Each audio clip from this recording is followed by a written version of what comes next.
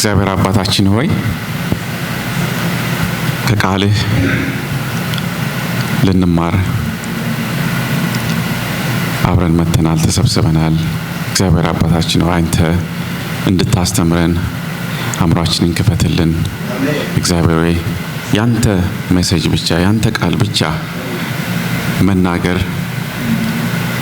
መስማት እንድንችል እንደገና ደግሞ እንዳንሰማ ደግሞ አምራችንን የሚከፋፍለውን ደግሞ እግዚአብሔር አንተ ጸጥ እንድታሰኝ አንተን ብቻ እንድናይ አንተ አምራችንን ከፍተህ ካንተ የሚመጣውን ጥበብን ማስተዋልን እንድትሰጠን በመናመባቸው ቃላቶች በሙሉ አንተ ብቻ እንድትናገር ያንተ መስማት እንድንችል የሰማነውን ደግሞ ኑሮ ላይ ማኖር እንድንችል አንተ ትረዳን ዘንድ ለምንሃለን። እግዚአብሔር ሆይ የቀረችውን ጥቂት ጊዜ አንተ ባርክ በኢየሱስ ክርስቶስ ስም አሜን አሜን አሜን። ዛሬ ሼር ላደርጋችሁ ያሰብኩት ሰሞኑን ተደጋግሞ ሲመጣ የነበረ ነገር ነው እና ያልተሸፈነ ብየዋለሁ እና እግዚአብሔር የሰጠንን ዓላማ መፍታት እንዴት ነው የምንችለው የሚል ነበር።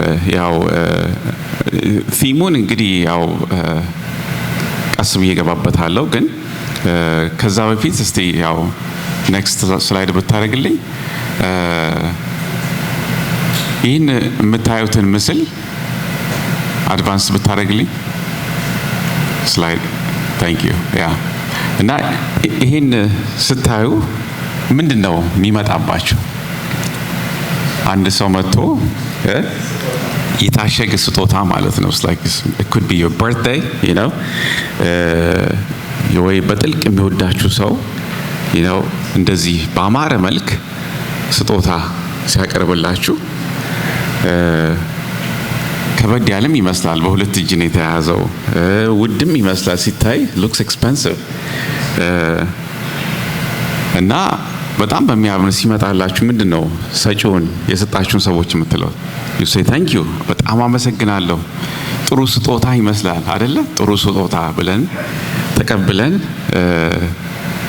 ከዛ በኋላ መደርደሪያችን ላይ ቁጭ ብናደርገው ከዛ የሰጠውንም ወረቀቱንም ምንም ሳንነካው ማለት ነው ሰዓታት ቀናት መልሰው ትንሽ ወደኋላ ከሰዓታት ቀናት ካለፉ በኋላ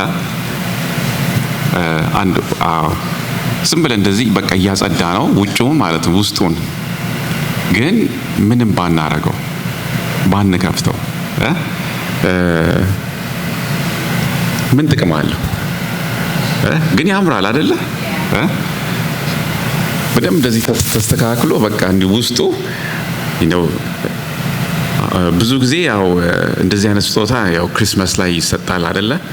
አንዳንድ ጊዜ ደግሞ ያው ስፓውሶቻችን ባለቤቶቻችን የሚወዱን ሰዎች ይሰጡናል እንደዚህና ወስተን ቁጭ ብናረገው ምንድነው ውስጡን ባናቀው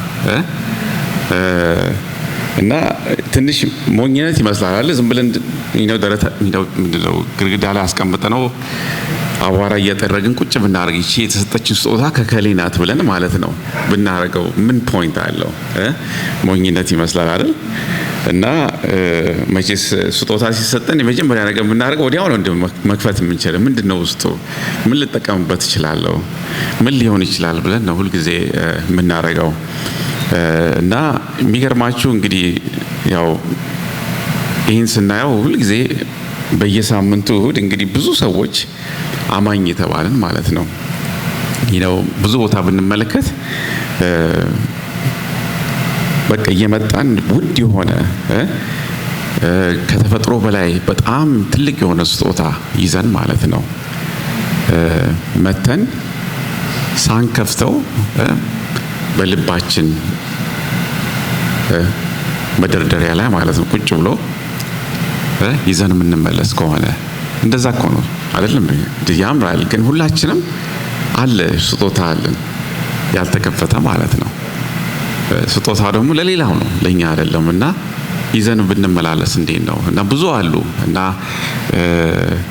ምንድነው ችግሩ ብለን ብንሄድ መቼስ የምንኖረው ያው ብዙ ጊዜ ያው በጣም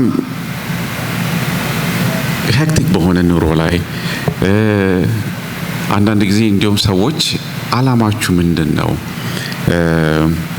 ብዙ ሰው እንዲሁም አላማቸውን ለማግኘት ራሱ የሚፈተኑ ፈተና አለ። አሁን ስራ ላይ ብትሆኑ ወይ ቦታ ላይ አለ አንታፕድ ፖቴንሻላችሁ ስራ ላይ እንዲወጣ የሚደረግ ማለት ነው። አንዳንዴ 360 ይሉታል ኢቫሉዌሽን እንስጣችሁ ያሉ ትምህርት ቤት ላይም አለ እንደዚህ ብዙ ጥያቄዎች ይጠይቁና ይሄ ምን ማድረግ ትወዳላችሁ? ይሄን ነው ያን ነው ከስኬል 1 to 10 ይሄን ስራ ብታደርጉ እንዴት ይመቻችኋል የሚል እንደዚህ አይነት ስኬል የሚሰጡ ብዙ ነገሮች አሉ እና ብዙ ሚሊዮኖች ብር ይጠፋበታል እንደዛ በማድረግ ግን ብንመለክ እንደዚህ ወይ በብቸኝነትም ቢሆን በቤተ ክርስቲያንም ቢሆን ያሉትን እንደዚህ ሰው የሚፈልገውን ነገር እንረዳለን።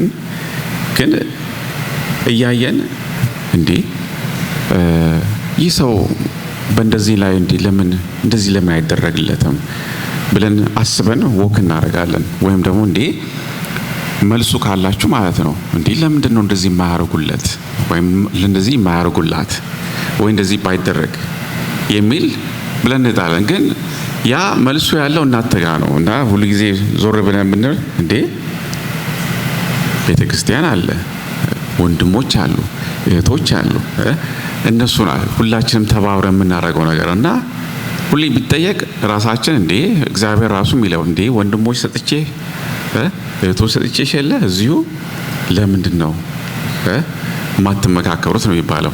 እና ምን አልኩት ይቺን በአራት ኳድራንት አሉ እንደዚህ አንድ ሼር ያለው በኑሯችን ላይ እንግዲህ ስናየው ማለት እግዚአብሔር አለ፣ እንደገና ደግሞ ራስ አለ፣ በራሳችን ላይ ያለ ሪሌሽንሺፕ አለ፣ ከዛ ደግሞ ሌሎች ደግሞ አሉ፣ ከዛ ፍጥረትም አለ። ይህ እንደ ውሃ ልክ ብታረጉት ባላንስድ የሆነ ኑሮ ነው መኖር ያለብን በግንኙነታችን ላይ ማለት ነው።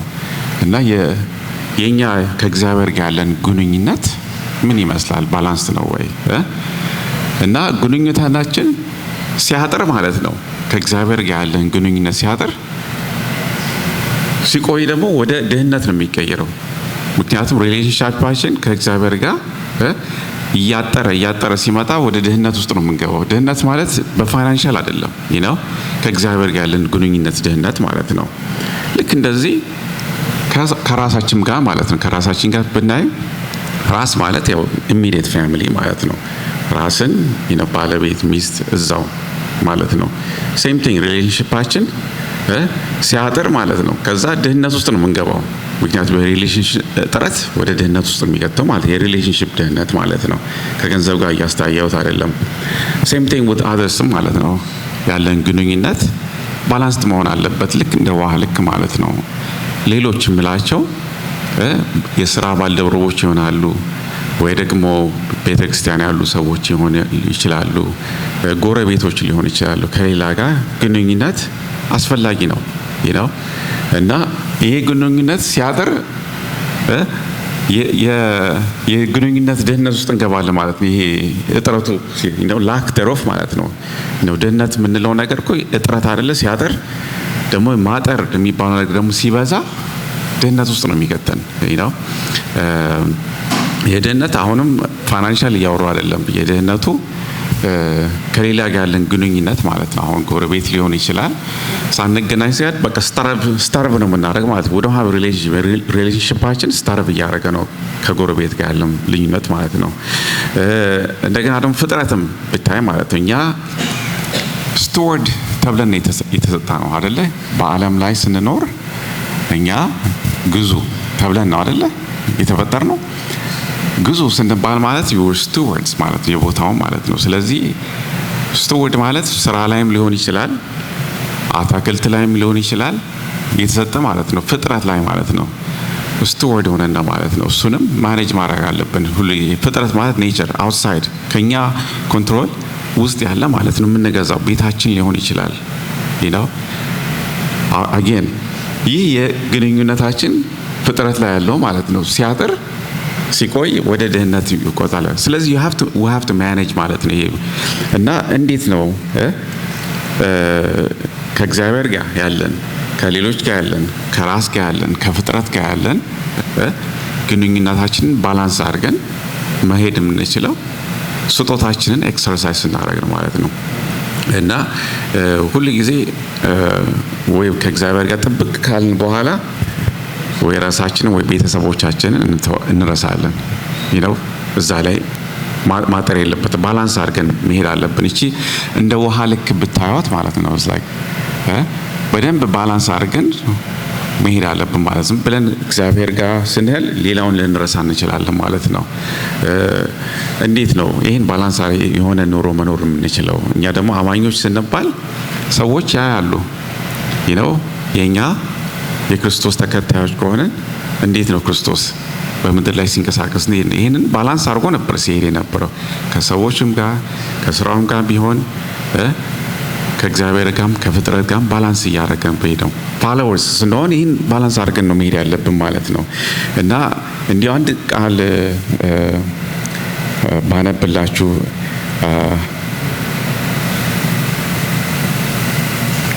ምንድን ነው ያልኩት? ሐዋርያት ሥራ ምዕራፍ 4 ቁጥር እዚህ ላይ ኖት አላደረኩትም። ሐዋርያት ሥራ ምዕራፍ 4 ቁጥር 34ን ባነብ ይሄ የመጀመሪያዎቹ ክርስቲያኖች የህብረት ኑሮ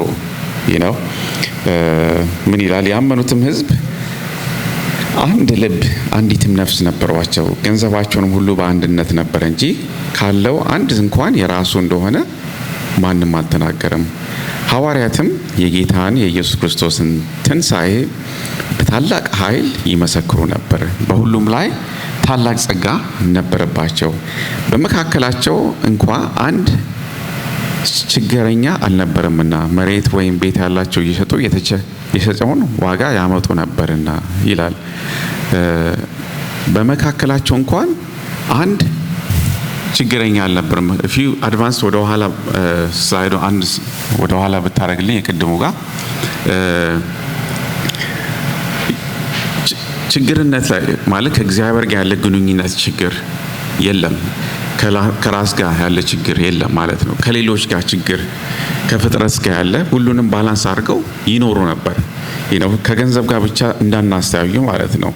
ምክንያቱም ለኔ ችግር የሆነው ለናንተ ይሄማ ግልጽ ነው አይደል? ከታያችሁ ላንዳችሁ ወጁ እንደዚህ እኮ ብታረግ ስትሉ ተፈታ ማለት ነው። ስለዚህ ለዚህ ነው መጽሐፍ ቅዱስ ከአንድ በመካከላቸው አንድ እንኳን ችግረኛ አልነበር። ምክንያቱም ብቻውን አንድ ሰው ብታወጡት ችግረኛ ነው የሚሆነው። ግን አንድ ላይ ስታረጉት የኮሌክቲቭ ፓወሩ ማለት ነው እንደዚህ ነው የተፈጠረው ማለት ነው። እና ዛሬ አንድ ዊኪን አድቫንስ ኔክስት ዋን ያው ይህ የተሰጠንን ስጦታ ለሁላችን የሰጠንን መፍታት አለብን ማለት ነው። እየፈታን ነው ማለት ነው። እና እንዲያው ኮኢንሲደንስ ወይም አጋጣሚ ወይም ደግሞ እኛ ቁጭ ብለን ተመልካቾች ወይ ስፔክታተሮች አይደለንም። ወይም ደግሞ አንዳንዴ ስናው ባዶ እጅ ምንም የለኝም እንዳንል ማለት ነው። እና ይህን ነው ጊፍቶቻችንን ስንፈታው ለኔ የተሰጠኝ ለናንተ አለ ማለት። ስለዚህ ባዶአችን አይደለንም ማለት ነው። እና 3 ነጥቦች አሉ እንግዲህ ያው የስጦታ ምንጭ እና ዓላማ፣ እንደገና ደግሞ ይህን እግዚአብሔር የሰጠን ዓላማ መፍታት የምንችልበት አንደኛ የስጦታ ምንጭ በሚል፣ ሌላው ደግሞ ምንድነው የንስስርና የፍርሃት አደጋ አለ ደግሞ ስንፈታው ማለት ነው የሚመጣ። እንደገና ደግሞ ስጦታን ደግሞ ለመፍታትና ስራ ላይ ማዋለው ማተግበር በሚለው 3 ነጥብ እንነጋገራለን ዛሬ ማለት ነው። ሼር አደርጋችኋለሁ። እንግዲህ እግዚአብሔር ሲፈጥረን እንግዲህ አእምሯችንን ብንመለከት በጣም ኮምፕሊኬትድ የሆነ እንደ ኑሮ ሳይኮሎጂ ብታዩት ማለት ነው። በጣም ጊፍት አድርጎ እያንዳንዳችን አንድ አይደለንም፣ ፎቶኮፒ አይደለንም። ሁላችንም የተለየን ሰዎች ነን ማለት ነው እና የኛ ስጦታ የተሰጠን ማለት ነው ለኛ ጥቅም ሳይሆን ለሌላው ለስራ ለአሳይመንት ነው የሰጠን። አንዳንድ ሰው ስጦታውን ተቀብሎ ራሱን ግሎሪፋይ ያደርግበታል። ትክክል አይደለም። ግን ያ ስጦታ ለሌላው እንደሆነ እንነጋገራለን እና የመጀመሪያው እንግዲህ ያው የስጦታው ምንጭና ዓላማው ምንድነው ብለን ብንመለከት ወደ አንደኛ ጴጥሮስ ምዕራፍ 4 ከቁጥር 10 ጀምሮ ያለውን እንመለከታለን። አንደኛ ጴጥሮስ ምዕራፍ 4 ከቁጥር 10 ጀምሮ ያለውን እንመለከታለን። ከሰባት ጀምሬ አነባዋለሁ። የእግዚአብሔርን ስጦታዎች በመልካም ማስተዳደር እንዳለብን የተሰጠን ኢንስትራክሽን ነው ማለት ነው እና ዳሩ ግን የነገር ሁሉ መጨረሻ ቀርቧል። እንግዲህ እንደ ባለ አእምሮ አስቡ፣ ትጸልዩም ዘንድ በመጠን ኑሩ። ፍቅር የኃጢአትን ብዛት ይሸፍናልና። ከሁሉ በፊት እርስ በርሳችሁ አጥብቃችሁ ተዋደዱ። ያለ ማንጎራጎር እርስ በርሳችሁ እንግድነትን ተቀባበሉ። ልዩ ልዩን የእግዚአብሔርን ጸጋ ደጋግ መጋቢዎች እንደመሆናችሁ እያንዳንዳችሁ የጸጋን ስጦታ እንደተቀበላችሁ መጠን በዚያው ጸጋ እርስ በርሳችሁ አገልግሉ። ማንም ሰው የሚናገር ቢኖር እንደ እግዚአብሔር ቃል ይናገር። የሚያገለግልም ቢኖር እግዚአብሔር በሚሰጠኝ ኃይል ነው ብሎ ያገልግል። ክብርና ስልጣን እስከ ዘላለም ድረስ ለእርሱ በሚሆነው በኢየሱስ ክርስቶስ በኩል በእግዚአብሔር በነገር ሁሉ ይከብር ዘንድ አሜን ይላል። ሃይላይት ማድረግ የምፈልገው ቁጥር 10 ላይ ያለችውን ልዩ ልዩን የእግዚአብሔር ጸጋ ደጋግ መጋቢዎች እንደመሆናችሁ እያንዳንዳችሁ የጸጋን ስጦታ እንደተቀበላችሁ መጠን በዚያው ጸጋ እርስ በርሳችሁ አገልግሉ የሚለውን እና ቁልፉ እንግዲህ ቀርብ ብለን ብንመለከተው እያንዳንዳችሁ ይላል እና ይህ ማለት ደግሞ መንፈሳዊ ስጦታዎች ወይም ማይክሮፎን ላለ ሰው አይደለም፣ ጥበብ ለሰጠው አይደለም፣ ጥሩ ድምጽ ያለው አይደለም፣ ወይም ደግሞ ለፓስተሮች ወይም ለአምልኮ መሪ ብቻ የተሰጠ ወይም ደግሞ ለብዙ ጊዜ ያው ፓስተር ወይም ሚሽነሪ ተብሎ ለተሰጠ ሰው አይደለም እና በክርስቶስ ላይ እምነታችንን ካስቀመጥን መንፈስ ቅዱስ ከተፈጥሮ በላይ የሆነውን ስጦታ በሁላችንም ላይ ያስቀምጧል ማለት ነው እና ምንም ልዩነት የለም እና ልብ ብናይ ቃሉም ማለት ነው እንደተቀበላችሁ የሚለውን ተመልከት እና ይህ ማለት ደግሞ እንደተቀበላችሁ ማለት ሁላችሁም እያንዳንዳችሁ ተሰጥቷችኋል ማለት ነው። እንደተቀበላችሁ ይላል። ስለዚህ አልገዛነውም፣ ሄደን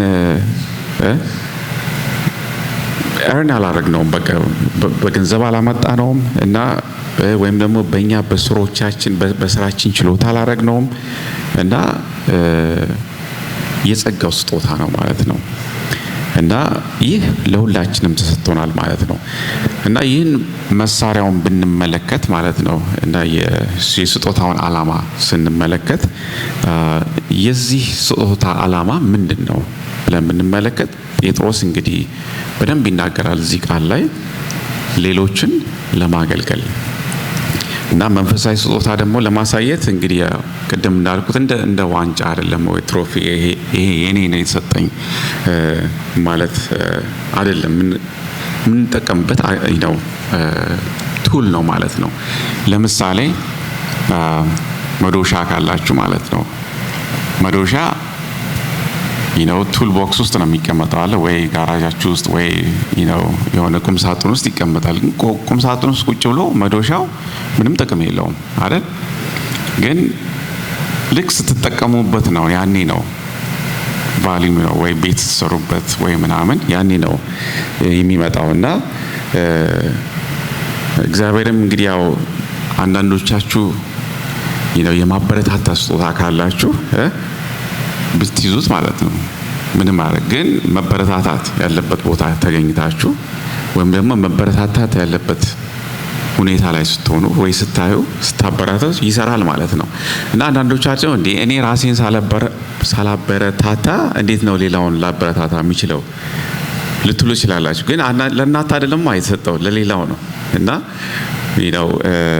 ቅድም መዶሻ እንዳልኩት ማለት ነው መዶሻ አሁን ቤት የሚሰራበት ቤት እያያችሁ መዶሻውን ይዛችሁ ካልተገኛችሁ መዶሻው ግን እናንተ ጋር ብቻ ያለው ቤቱ እንዴት ይሰራል አይደል ልክ እንደዛ ማለት ነው እና አይ ቲንክ ትላንትና ሃይዲ የሆነ ነገር ሼር አድርጋልኝ አንድ የሰባኪ እናቱ ፖሊዮ ይዟት ማለት ነው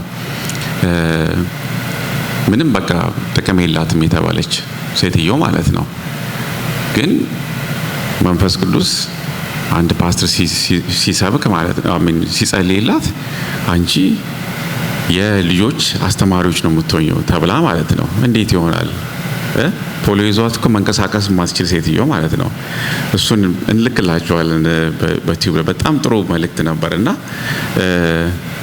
በኋላ እሷ ግን ይሁን አለች ተቀብላ ማለት ነው እና እስከ ዛሬ ድረስ ከ5000 ልጆች በላይ አስተማሪ ሆና ተገኛለች የፖሊዮ ይዟት የነበረችው ማለት ነው እና አንዳንድ ጊዜ እንደዛ ሁኔታ ሆና እንኳን አንገቷን እንኳን በደንብ ቀና አርጋ ማድረግ ማትችል ሴትዮ ማለት እናት እንደዚህ የብዙ ሰዎች ልጆች አስተማሪ መሆን ማለት ቀላል ነገር አይደለምና እሷ በዛ ሁኔታ ሆና እንዴ እኔ እንኳን አንገቴን እንኳን ቀና ማድረግ ማልችል ሰው እንዴት ነው የልጆች አስተማሪ ማድረገው ብላ ልትልችል ነበር ግን ይሁን ብላ ተቀበለች እግዚአብሔር ሰራባት ማለት ነው እሱን ሼር እናደርጋለን በጣም ደስ የሚል መልእክት ነው እና አንዳንድ ጊዜ ራሳችንን እናይና የኛ ስጦታ ሌላ ማበረታታት የምንችል ከሆነ የተሰበረ መንፈስ ማነቃቃት ከሆነ ማለት ነው የእናንተ ራሳችሁ የተሰበረ መንፈስ ኖሯችሁ ሌላውን ስታነቃቁ ለእናንተም የሚመጣ ነገር አለ ማለት ነው ስለዚህ ምን ለማለት ነው የእናንተ አይደለም ማለት ነው ስጦታው እና አንዳንድ ደግሞ አለን እዚህ የመምራት ስጦታ የተሰጣችሁ አለቃ እንድትሆኑ አይደለም ወይም ቦስ እንድትሆኑ ሳይሆን ሰዎችን በተሰጣችሁ ስጦታ የአመራር ስጦታ ያው ከምድረ በዳ ከሆነ ቦታ እንድታወጧቸው ማለት ነው ወይ በምድረ በዳ እንድትመሯቸው በምድረ በዳ ስል ምን ማለት ነው ሁሉም ነገር ያለ በአይን ሲታይ ማለት ነው ሁሉም ነገር የተመቻቸ ይመስላል በአይን ሲታይ በሌላ ሰው አይን ሲታይ ግን አንድ ሰው በራሱ ውስጥ እየኖረ በራሱ ውስጥ ምድረ በዳ በሆነ ኑሮ እየኖረ የሚኖር አለ ግን እኮ አንድ ላይ እየኖራችሁ ማለት ነው ግን በእንደዛ ውስጥ ግን የአመራር ስጦታ ያለው ምድረ በዳውን ሳይሆን ማየው መልካሙ ያስተያየዋል ማለት ነው እና ስለዚህ ነው ሰዎችን በምድረ በዳቸው እንዲመሩ ማለት ነው ስለዚህ ይህ ስጦታ ለራሳችሁ ሳይሆን አለቃ መሆን ሳይሆን ለሌላው የተሰጠ ነው ማለት ነው ሌላውን ከምድረ በዳ የምታወጡበት ጉልበት እንዲሰጣችሁ ማለት ነው እንዲሰጥ ማለት ነው እና እኛ እንግዲህ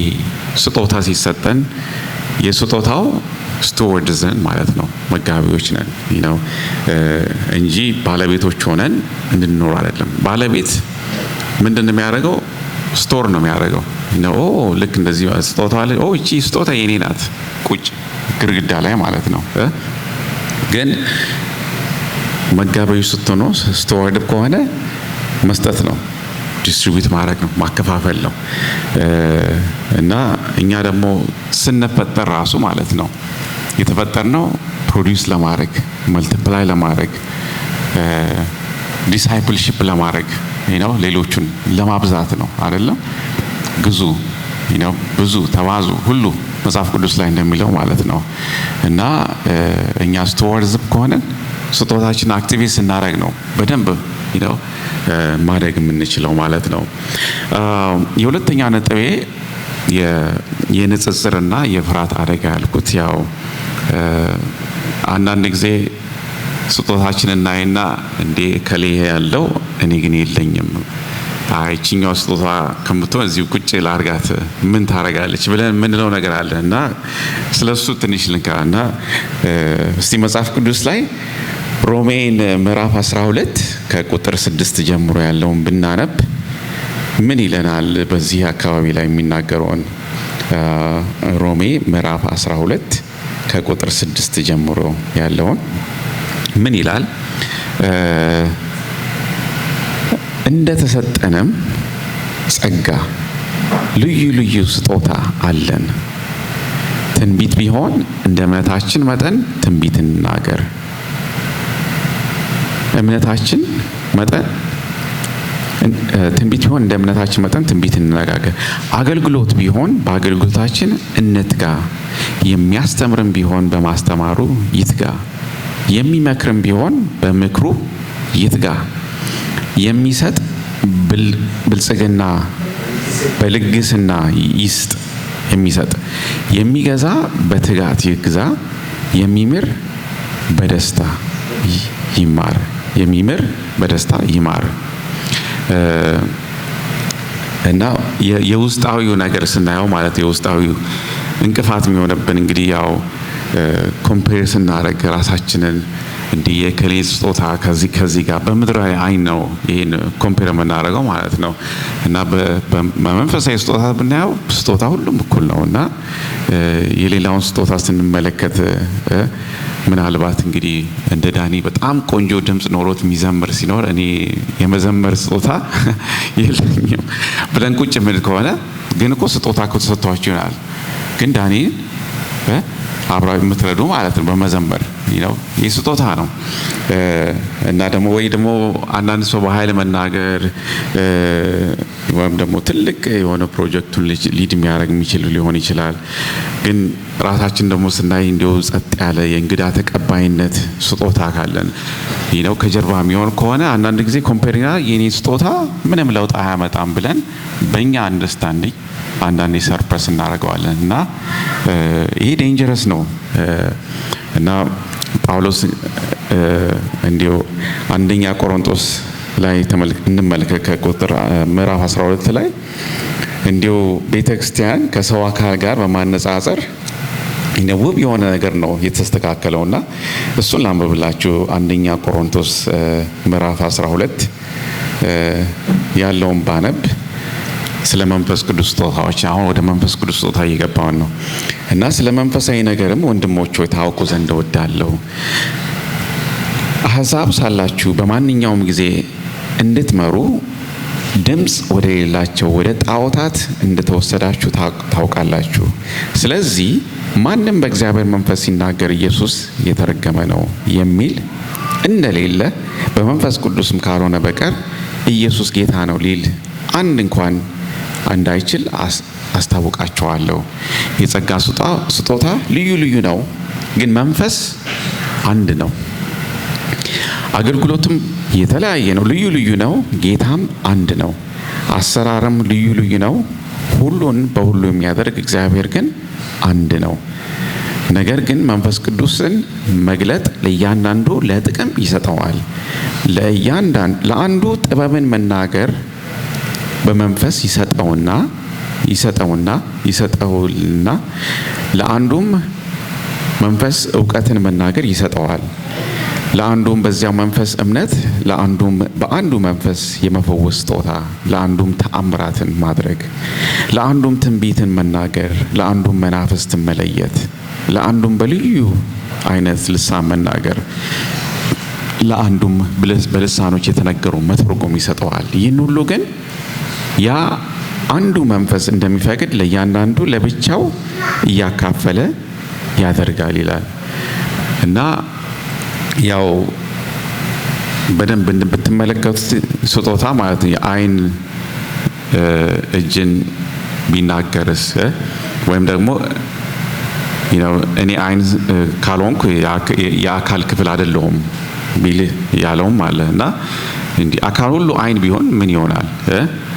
እና በደንብ ብትሰሙኝ የኛ ቤተክርስቲያናችን ፌሎሺፓችንን ብታዩ የሌላ ሰው ኮፒ አይደለንም፣ ኦሪጂናል ነን እኛ እና ሌላውንም ኮፒ ማድረግ አያስፈልገንም። እና ቤተክርስቲያን እንግዲህ እግዚአብሔር በጸጋው በተሰጠው ጸጋ እንስራ እና አንዳንድ ጊዜ ከኋላ ቁጭ ብለን ትንሽ ነው ጸጥ ያሉ የማይታዩ ስጦታዎች ያሉን ሊኖር ይችላሉ እና ግን ሁሉንም በቤተክርስቲያን ላይ የሚሆንም ቢሆን በፌሎሺፕ ላይ የሚሆንም በሆነው የተሳሰሩ ናቸው። እንደ አእምሯችን ጅማታችን እንዳለው ማለት ነው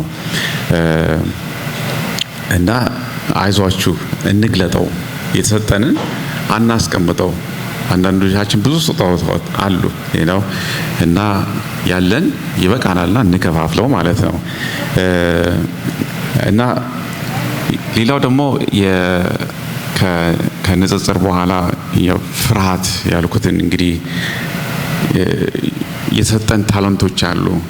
ስጦታችንን ለምንድን ነው የምንደብቀው ብለን በደንብ ስናየ አንዳንድ ጊዜ የፍርሃት ነገር አለ እና አይ እኔ ገና ነኝ ወይም ደግሞ ጊዜ አሁን አይደለም ወይ ደግሞ ነገ የሚል ደግሞ አለ የሚመጣ። ማቴዎስ ምዕራፍ 25 ላይ ከቁጥር 14 ያለውን ብንመለከት የመክሊት ምሳሌ አለ። የተሰጠን መክሊት ማቴዎስ ላይ ምዕራፍ 25 ላይ ያለውን እናንበል። ከቁጥር 14 ጀምሮ ያለውን አነባለሁ። እንግዲህ ወደ ሌላ አገር የሚሄድ ሰው ባሮቹን ጠርቶ ያለውን ገንዘብ እንደሰጣቸው እንዲሆናልና ይላል። ለእያንዳንዱ ይሄ እንግዲህ ኢየሱስ የሚሰጠው ምሳሌ ነው። ለእያንዳንዱ እንደ አቅሙ፣ ለኛም ማለት ነው እንደ አቅማችን፣ ለአንዱ 5 መክሊት፣ ለአንዱ 2፣ ለአንዱም 1 ሰጠና ወደ ሌላ ሀገር ወዲያው ሄደ። 5 መክሊት የተቀበለው ሄዶ ነገረበት፣ ሌላም 5 አተረፈ። እንዲሁም 2 የተቀበለው ሌላ 2 አተረፈ። 1 የተቀበለው ግን ሄዶ ምድርን ቆፈረና የጌታውን ገንዘብ ቀበረ። ልክ ጊፍት እንደሰጠው ማለት ቅድም ጊፍት ተቀብለን ቁጭ እንዳደረገው ነው ማለት ነው። ባቧራውን እያጸዳን ማለት ነው። እና ከብዙ ዘመን በኋላም የነዚያ ባሮች ጌታ መጣና ተቆጣጠራቸው። 5 መክሊት የተቀበለውም ቀረበና ሌላ 5 መክሊት አስረክቦ ጌታ ሆይ 5 መክሊት ሰጥተኸኝ ነበር፣ እነሆ ሌላ 5 መክሊት አተረፍኩበት አለ። ጌታውም መልካም አንተ በጎ ታማኝ ባሪያ፣ በጥቂቱ ታምነሃልና በብዙ እሾምሃለሁ፣ ወደ ጌታ ደስታ ግባ አለው። 2 መክሊትም የተቀበለው ደግሞ ቀርቦ ጌታ ሆይ 2 መክሊት ሰጥተኸኝ ነበር፣ እነሆ ሌላ 2 መክሊት አተረፍኩበት አለ። ጌታውም መልካም አንተ በጎ ታማኝም ባሪያ፣ በጥቂቱ ታምነሃልና በብዙ እሾምሃለሁ፣ ወደ ጌታ ደስታ ግባ አለው። እንግዲህ አስቡ፣ 5ቱም ያደረገው 5 ያተረፈውም ግባ ነው ያለው አይደል? 2ም የተቀበለው 2 ግባ፣ እኩል ነው ሁለቱም ሪዋርድ የተደረጉት ማለት ነው። ከዛ 1 መክሊትም የተቀበለው ደግሞ ቀርቦ ጌታ ሆይ ካልዘራህባት የምታጭድ ካልተበተንህባትም የምትሰብክ ጨካኝ የማትሰበሰብ ጨካኝ ሰው መሆንህን አውቃለሁ። ፈራሁም፣ ሄጄም መክሊትህን በምድር ቀበርኩት፣ እነሆ መክሊትህ አለ። ጌታውን መልሶ እንዲህ አለው፣ አንተ ክፋኛ ክፉና ሀኬተኛ ባሪያ፣ ካልዘራሁበት እንዳጭድ ካልተበተንኳትም እንደተሰበሰብ ታውቃለህን? ስለዚህ ገንዘቤን ለለዋጮች አደራ ልትሰጠው በተገባ ነበር። እኔም መጥቼ ያለኝን ከትርፉ ጋር ወስደው ነበር። ስለዚህ መክሊቱን ውሰዱበት፣ 10 መክሊትም ላለው ስጡት፣ ሌላው ሁሉ ይሰጠውማ ላለው ሁሉ ይሰጠው ለማ ይበዛለት ልማ፣ ከሌለው ግን ያው ያለው እንኳ ይወሰድበታል። የማይጠቅመውን ባሪያ ውጭ ባለው ወደ ጨለማ ወጥቶት ከዚያ ለቅሶና ጥርስ ማፋጨት ይሆናል። እና የተሰጠን ማክሊት አንቅበረው ማለት ነው። እንጠቀምበት። ማፍራት አለብን። እንግዲህ ክፉና ሰነፍ ብሎ ነው የጠራው በኋላ አይደለም። ምክንያቱም እግዚአብሔር ሀብቶች ደህንነቱ በተጠበቀ ሁኔታ ስድብ ነው ከብቶ የተሰጠንን ያለ መጠቀም ማለት ነው። እና አንፍራ፣ እንጠቀምበት። የተሰጠን ሄደን መናገር ከሆነ መኖር ከሆነ ማለት ነው እንናገር። በተለይ የእግዚአብሔርን መልካምነት የእግዚአብሔርን ቃል ማካፈል መስበክ ቢሆን አንዳንዴ ያስፈራል አይደለ? ተሰጥቶናል እኮ እንድነጋገር አፍ ተሰጥቶናል፣ ማስተዋልም ተሰጥቶናል። ይህ ሰው እንዴት ነው ያምናል አያምንም? አንዳንድ ጊዜ ታክሲ ላይ ስንሄድ ወይም ደግሞ ያው እኔ ብዙ ትራቨል አደረገ ኡበር ላይ ልናገር እንዲሁ ፈተና ነው የሚሆንብኝ እና ግን ተሰጥቶናል። ግን ግዴ ለምን እንበልና አንዳንድ ጊዜ ክርስቲያን ነኝ ሲል ጎሽ ይላለሁ። ሙስሊሞች ደግሞ አሉ ብዙ አሉ። አይ ቲንክ አፍጋኖች ምናምኖች ይቆጣሉ። ግን ምን ቸገረኝ አላየው ካሁን በኋላ እንዲሁ አንዴ ተናግሬ ቦታ እያለ እላለሁ። አንዳንዴ ደግሞ አይ ደክሞኛል ብዬ እላለሁ። ግን ተሰጥቶናል። ለስ ዱ ኢት ምን አለበት? እና ዩ ኔቨር ነው። አንዳንዴ ተናግረን የወጣ ነው ሌላ ጊዜ ሊሰራ ይችላል። አይ ቲንክ ባይብል ስታዲ ስናጠና ነበር። ዩ ኔቨር ነው። ሁል ጊዜ እንሰብክ፣ ኑሯችንም ደግሞ ይናገር። አፋችን ባይናገር ኑሯችን ይናገርና እሱን አይተው የሚመጡም ይችላሉና ለስ ዩዝ ኢት እና ፍሪ እንሆን፣ አንፍራ እና ግዴ ለምን እናከፋፍል እና እንዲሁ እሱ ላይ እንዲሁ አንድ ስላይድ ባሳያችሁ። can you go to next slide? ይሄ አይታያችሁም እንግዲህ ይታያችኋል ብለን ማን ነው እሱ? ማርቲን ነው። ማርቲን ባለፈው ልከነው ነበረ ትዝ ይላችኋል። እዚህ ጸልየን እና አሁንም እዛ ነው ያለውና እንግዲህ እንደዚህ መንገድ ላይ እንደዚህ ሰብከው አምጥተው ይህ ሲስተመቅ ከኦንላይን ላይ ነው የተገኘው ይሄኛው እና ኦልሬዲ እያስጠመቀ ነው። እርግጠኛ አላየችውም እናት ማለት ይድንት ኢቭን ሲሄድ ኦንላይን ላይ አስጠምቆ ማለት እንደዚህ ብዙ እና ይሄ ማለት ያው ባለፈው ጸልየን ላክን። እንደውም ቸርችን በፋይናንሽም ትንሽ ረድታለች።